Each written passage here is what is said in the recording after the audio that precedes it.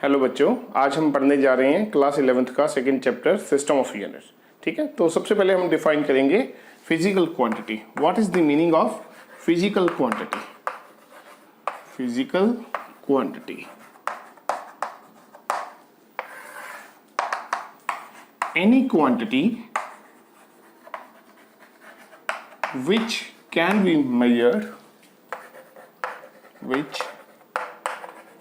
be measured directly or indirectly using laws of physics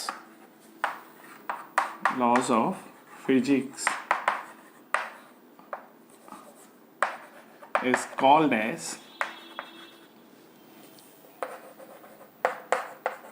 physical quantity. Clear?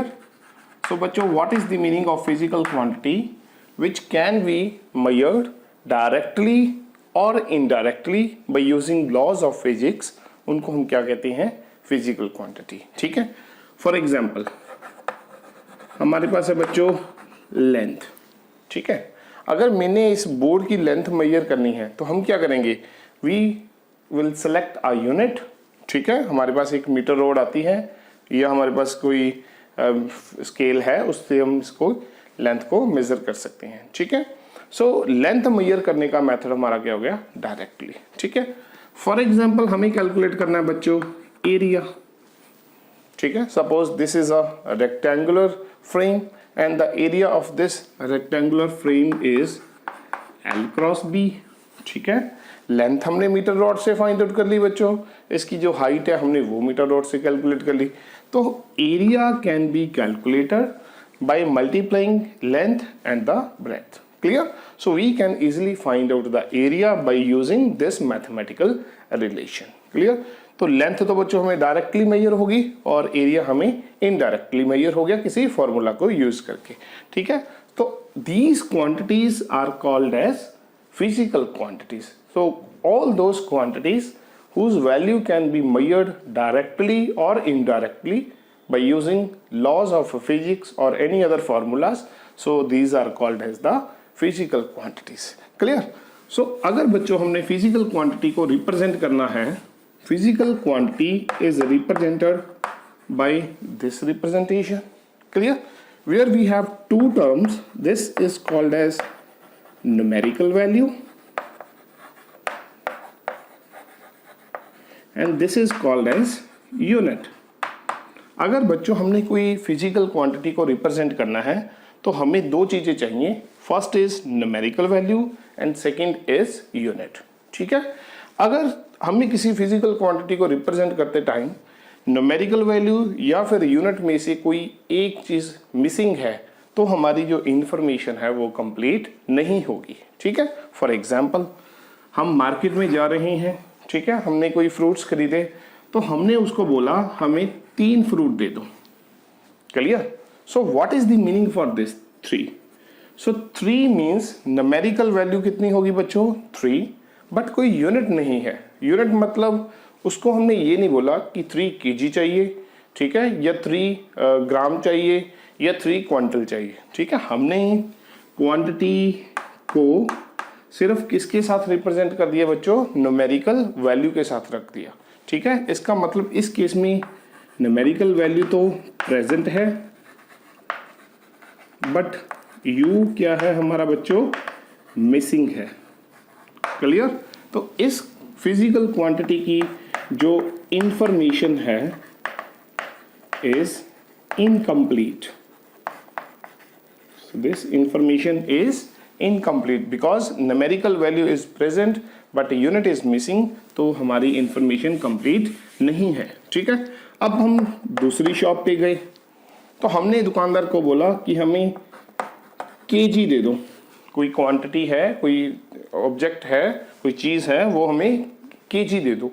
तो KG का मतलब क्या है बच्चों? वो हमसे पूछेगा 1 kg, 2 kg या 3 kg, मतलब कितने केजी। तो इस केस में हमारे पास यूनिट तो प्रेजेंट है clear, unit is present but numerical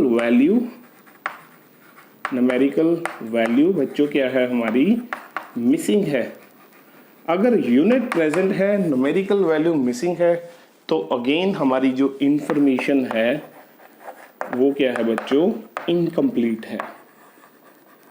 तो इसका मतलब ये हुआ, for the complete information we require an as well as unit. Clear. अगर मैं दुकानदार को बोलूं हमें 3 मीटर वायर चाहिए, तो इसका मतलब क्या हुआ, हमारे पास न्यूमेरिकल वैल्यू भी प्रेजेंट है, यूनिट भी प्रेजेंट है, and the information is complete. Clear. तो it means that for a physical quantity to represent we require 2 parameters, first is numerical value and second is unit. Clear. अगर दोनों में से कोई भी चीज बच्चों मिसिंग है तो हमारी इंफॉर्मेशन क्या होगी, इनकम्प्लीट होगी। क्लियर। तो नाउ नेक्स्ट इज व्हाट। सो बच्चों सपोज हमने यहां पे लिख लिया 3 kg। In this 3 kg what is this, n is 3 and u is kg। Numerical value 3 है और यूनिट हमारा क्या है, kg है। इसका मतलब मास की हम बात कर रहे हैं। ठीक है। तो हम इसको बच्चों ऐसे भी लिख सकते हैं, we know that 1 kg is equal to 1000 gram. हमने पढ़ा है छोटी क्लासेस में, हमारा 1 kg क्या है, 1000 ग्राम है। तो इसका मतलब ये क्या बन गया, this is simply 3000 gram. It means that 3 kg is how much, 3000 ग्राम। तो ये बच्चों हमारा क्या था, दिस इज N1, क्योंकि अब मेरे पास दो चीज़ों है, दो रिप्रेजेंटेशंस हैं, तो मैंने इसको N1 U1 से लिख लेता हूँ मैं। दिस इज U1 और ये बच्चों हमारा क्या बन गया, this is N2 and this is बच्चों, दिस इज U2। हमने क्या किया, 3 kg को 3000 ग्राम लिख लिया। हमने किया क्या, kg को हमने छोटे यूनिट ग्राम में चेंज कर दिया।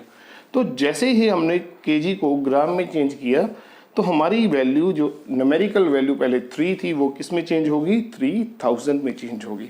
तो इसका मतलब ये हुआ, इफ वी डिक्रीज u, मतलब हमने u को क्या कर दिया बच्चों, डिक्रीज कर दिया, तो हमारी n वैल्यू क्या होगी बच्चों, इंक्रीज होगी। As u decreases numerical value increases. Clear. तो हमारा u कम हुआ और n बच्चों हमारा बढ़ गया। ठीक है। तो इसको बच्चों मैं इस तरह से भी लिख सकता हूं, x is, this is what, n1 u1 and this is further equal to n2 u2। Clear. अगर मैं एक और एग्जांपल ले लूं, सपोज हमारे पास क्या है बच्चों, किसी चीज की लंबाई, कोई फिजिकल क्वांटिटी y है and the length is 300 centimetre. Clear. Numerical value बच्चों हमारी है 300, यूनिट हमारा है सेंटीमीटर। ठीक है।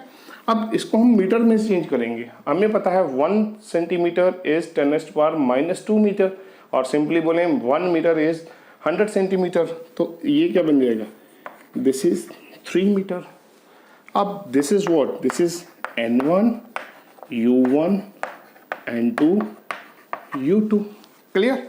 अब हमारा यूनिट बच्चों क्या हो गया, पहले हमारा छोटा यूनिट था, अब हमारा यूनिट इंक्रीज हो गया।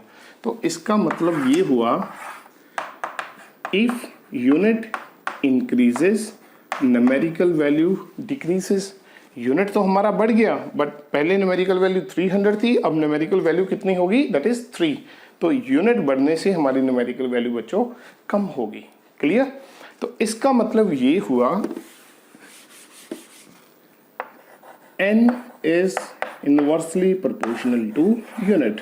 क्लियर। बिकॉज इस केस में यूनिट कम हो रहा है तो n बढ़ रही है, इस केस में यूनिट बढ़ रहा है तो n कम हो रहा है। ठीक है। It means that numerical value is inversely proportional to unit. Clear. So this is very important. तो इसके बाद बच्चों हम देखते हैं फिजिकल क्वांटिटीज किस तरह की होती हैं।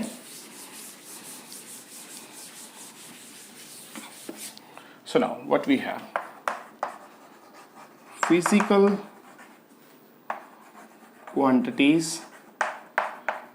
are broadly classified into 2 categories. First is called as fundamental quantities, ठीक है। सेकंड बच्चों हमारी होती हैं derived quantities, derived quantities. Derived quantities का तो बच्चों नाम से पता चल रहा है, जो क्वांटिटीज हमारी कहीं से डिराइव होंगी, ठीक है। So what is the meaning of fundamental quantities, ठीक है। दोज क्वांटिटीज, पहले इसको डिफाइन करते हैं, those quantities which can neither be created from one another nor be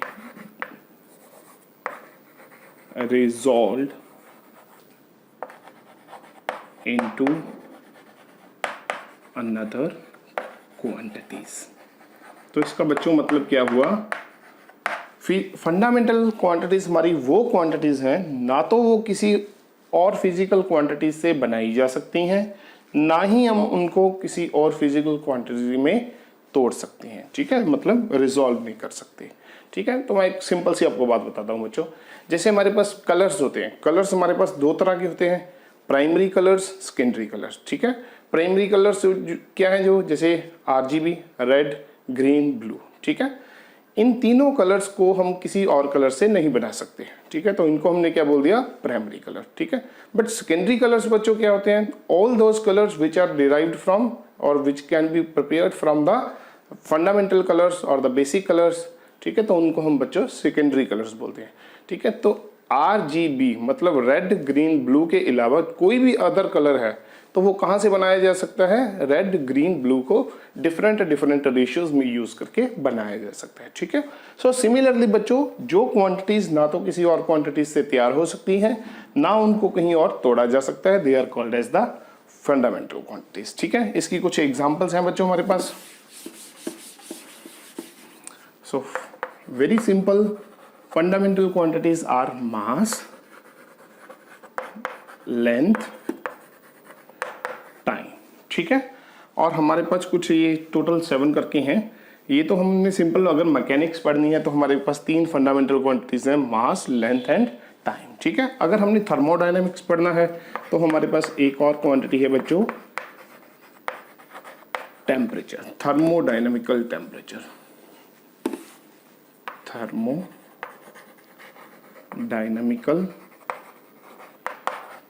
temperature, ठीक है। अगर बच्चों हमने इलेक्ट्रिसिटी पढ़नी है तो हमारे पास है करंट, इसका पूरा नाम है बच्चों इलेक्ट्रिक करंट, ठीक है। अगर हम लाइट के रिलेटेड बच्चों कुछ पढ़ रहे हैं तो वहां पे एक टर्म आती है, फंडामेंटल क्वांटिटी है ल्यूमिनस इंटेंसिटी। क्या है बच्चों, ल्यूमिनस इंटेंसिटी, ठीक है। और एक हमारी है केमिस्ट्री में भी बहुत यूज होती है, ठीक है, सॉलिड स्टेट में अगर हमने कोई अमाउंट वगैरह चेक करनी है मटेरियल्स की तो वहां पे आती है quantity of matter, quantity of matter.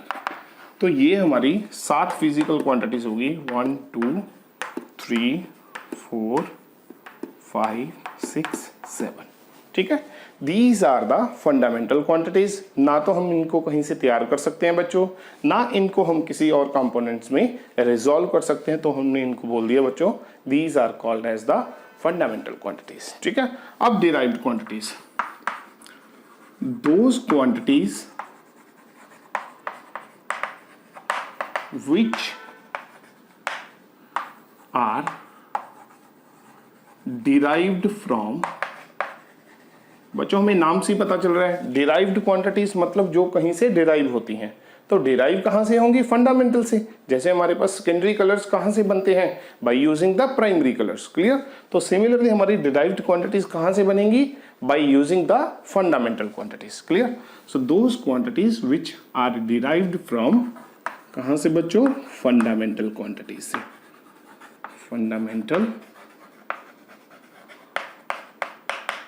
Quantities, clear.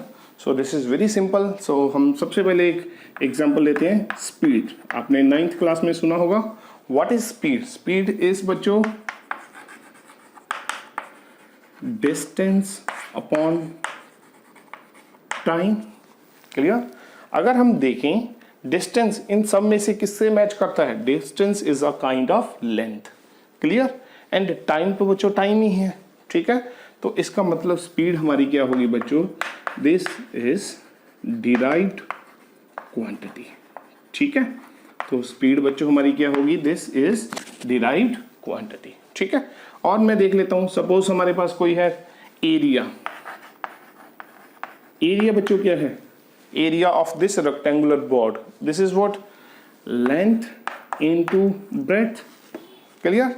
Length which is a kind of length, और उसकी ऊंचाई बोल दो चाहे उसकी चौड़ाई बोल दो, that is again a kind of length, ठीक है?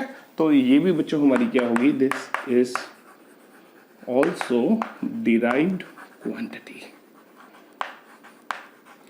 बाकी हम बहुत सारी डिराइव्ड क्वांटिटीज डायमेंशन एनालिसिस में पढ़ेंगे। सो all those quantities which are derived from the fundamental quantities are called as the derived quantities. Clear? So now what your next is units.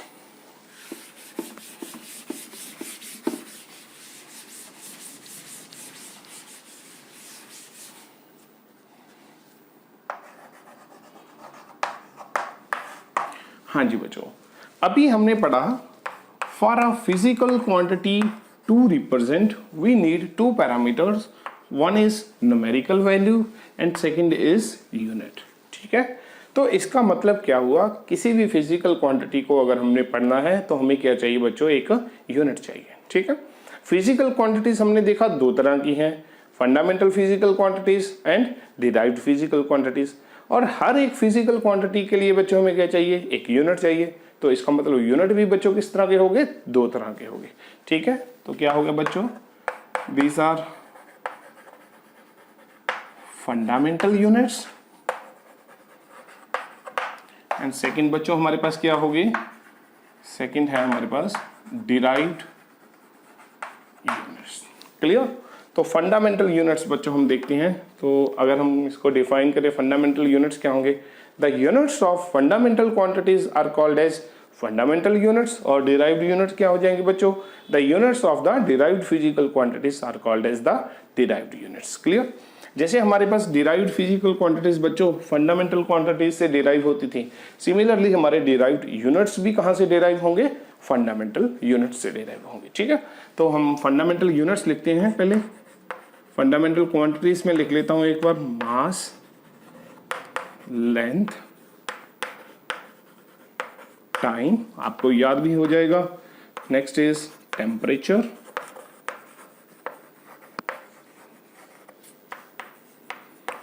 Current, quantity of matter,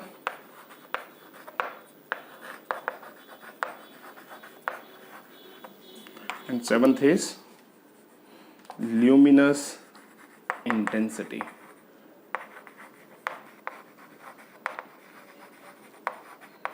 ठीक है बच्चों? तो सबसे पहली हमारी quantity है मास।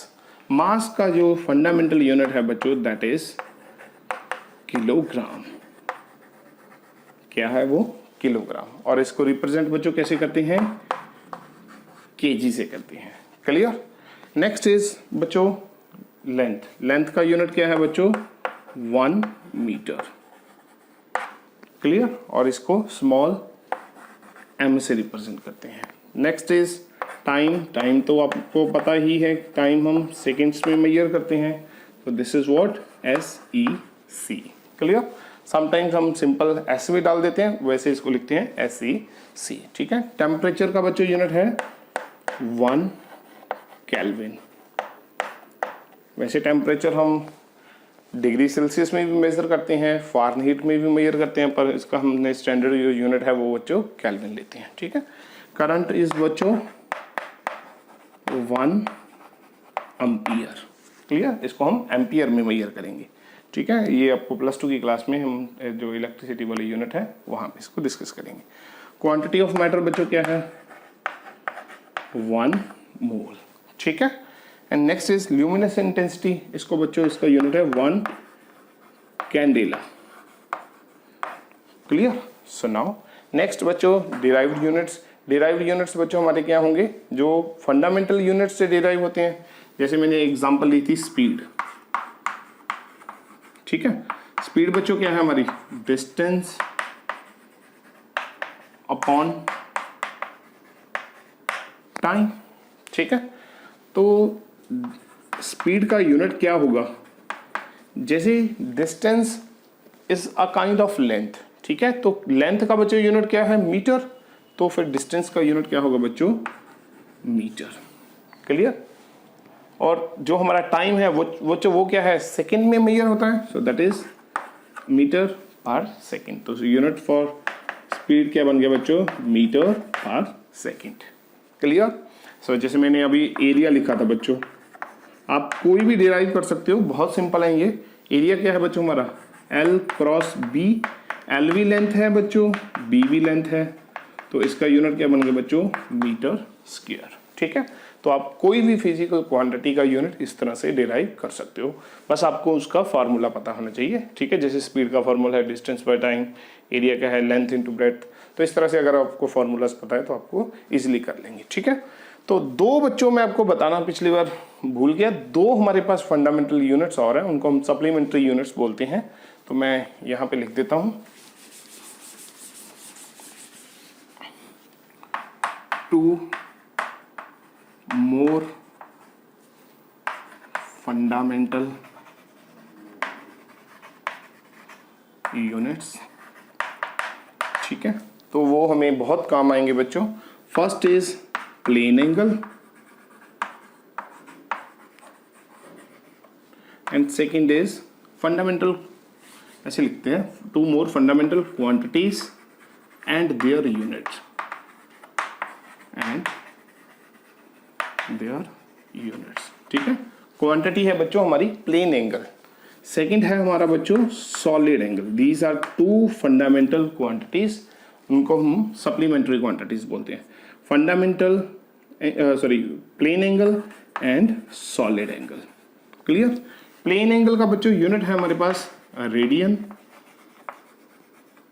ठीक है, पढ़ेंगे हम इसको।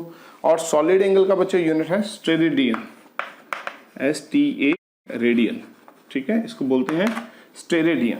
क्लियर। प्लेन एंगल तो बच्चों आपने लोअर क्लासेस में पढ़ा है मैथ में, ठीक है। सो सॉलिड एंगल एक नई चीज है, वो आपको पढ़ाऊंगा मैं, ठीक है। So now next is what, हाँ जी बच्चों, इसके बाद पढ़ेंगे हम characteristics of a standard unit, ठीक है। तो हमारी फर्स्ट कैरेक्टरिस्टिक है it should be well defined, मतलब हमने जो भी यूनिट सिलेक्ट करना है वो प्रॉपर डिफाइंड हो, हमें पता हो वो स्टैंडर्ड यूनिट कैसा है और कितना है, ठीक है। और सेकंड पॉइंट है बच्चों, इट शुड बी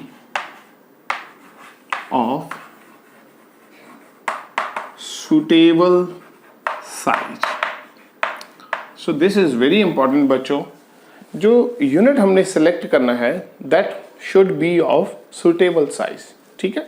जैसे मैं एक आपको एग्जांपल देता हूं, हमने लेंथ मेजर करनी है, ठीक है। लेंथ बच्चों हमने distance between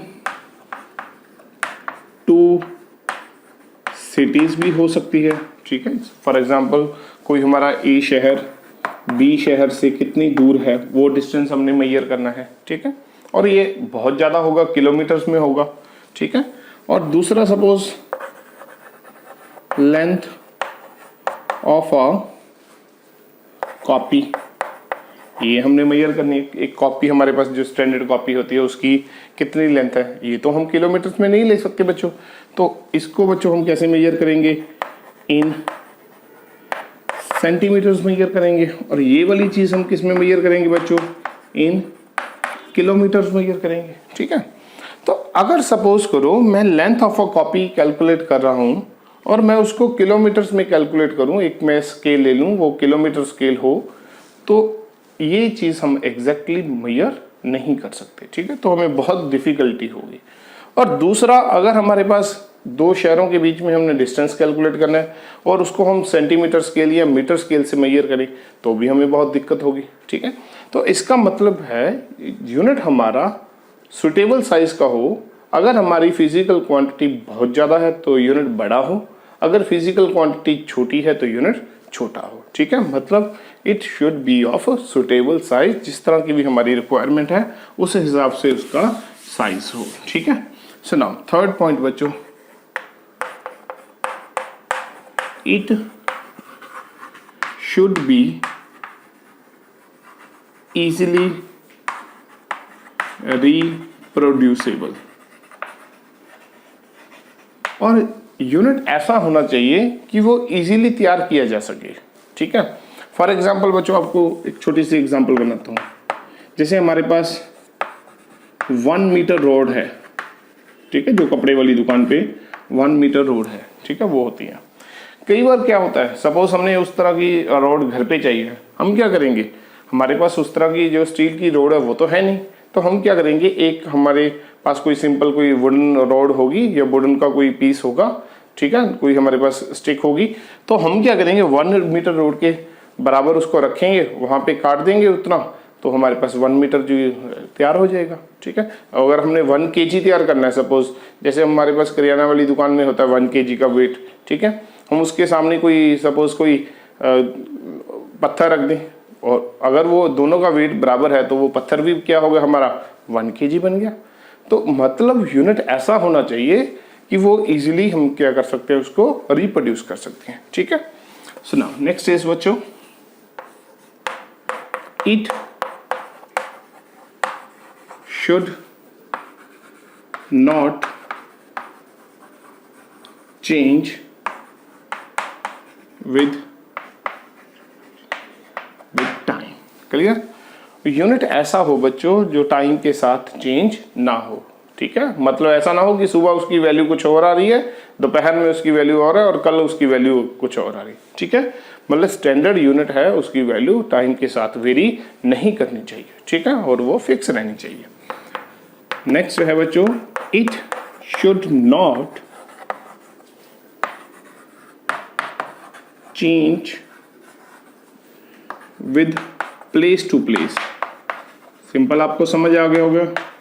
place to place का मतलब क्या है बच्चों, जैसे हम एक जगह से दूसरी जगह जाएं, उसकी जो वैल्यू है वो चेंज ना हो, ठीक है। ऐसे ना हो कि जैसे हमारी 1 मीटर की रोड है, यहाँ पे कुछ और है और हम कॉलेज जाएं तो कुछ और हो जाए, ठीक है, या मार्केट में जाएं तो कुछ और हो जाए।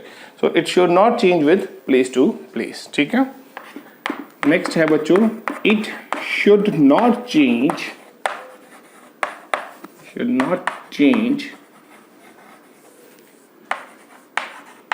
with external conditions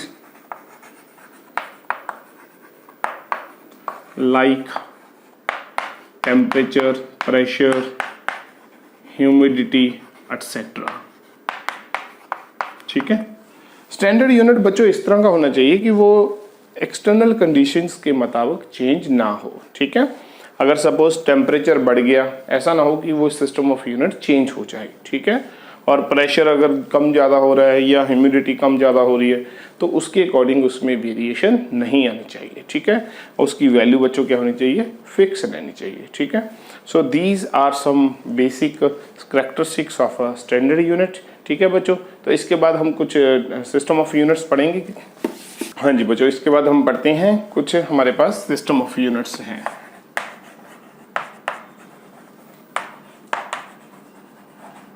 हमारे पास बच्चों कई तरह के सिस्टम ऑफ यूनिट हैं। जैसे हमारे पास है MKS system of unit, FPS system of unit and CGS system of unit, ठीक है। तो हमारे पास ये 3 जो मेन सिस्टम ऑफ यूनिट्स है, हमने ऑलरेडी पढ़ लिया। हमारे पास 3 फंडामेंटल फिजिकल क्वांटिटीज हैं जो हम ज़्यादा यूज़ करेंगे मैकेनिक्स में। वैसे तो हमारे पास वो 4 और भी हैं, ठीक है, पर हम इनकी बात कर रहे हैं, मास, लेंथ एंड टाइम, ठीक है। इन MKS सिस्टम बच्चों हमारा मास कैलकुलेट होता है या हम रिप्रेजेंट करते हैं इन किलोग्राम्स, लेंथ हम रिप्रेजेंट करते हैं बच्चों इन मीटर, ठीक है, और टाइम बच्चों इन सेकंड, ठीक है। इसको लिखते हैं बच्चों KG, metre and second. Clear बच्चों। एफपीएस सिस्टम ये अलग तरह का सिस्टम है, अलग अलग कंट्रीज अलग अलग सिस्टम ऑफ यूनिट यूज करती हैं। एफपीएस सिस्टम ऑफ यूनिट में एफ का मतलब है बच्चों फुट, ठीक है, पी का मतलब है पाउंड, एस का मतलब है second. Clear. So this is what, this is foot, pound and second. Foot मतलब यूनिट ऑफ लेंथ, पाउंड बच्चों मास का यूनिट है, जैसे आप केक लेके आते हो that is in pounds. Clear. और सेकंड फॉर द टाइम, ठीक है बच्चों।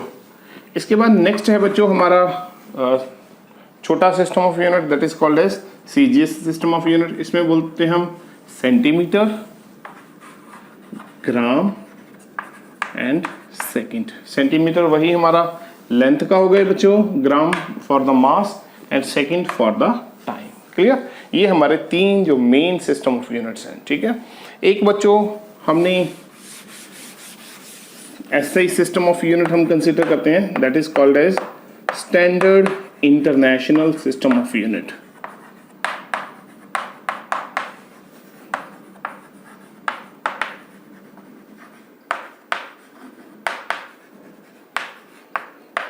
जैसे मैंने बोला हमारे पास थे पहले एमकेएस, एफपीएस, सीजीएस, ये अलग अलग कंट्रीज में अलग अलग तरह से लोग यूज करते थे।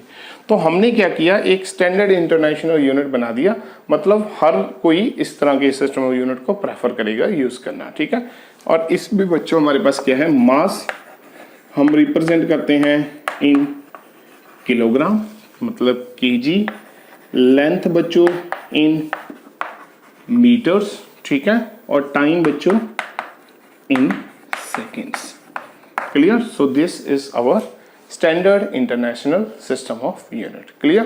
तो इसके बाद बच्चों मैं कुछ यूनिट्स डिफाइन करूंगा आपको। हाँ जी बच्चों, अगर आपको मेरे लेक्चर्स पसंद आ रहे हैं तो प्लीज़ चैनल को लाइक एंड सब्सक्राइब जरूर करो और अपने फ्रेंड्स के साथ शेयर भी करो, ठीक है। Thank you.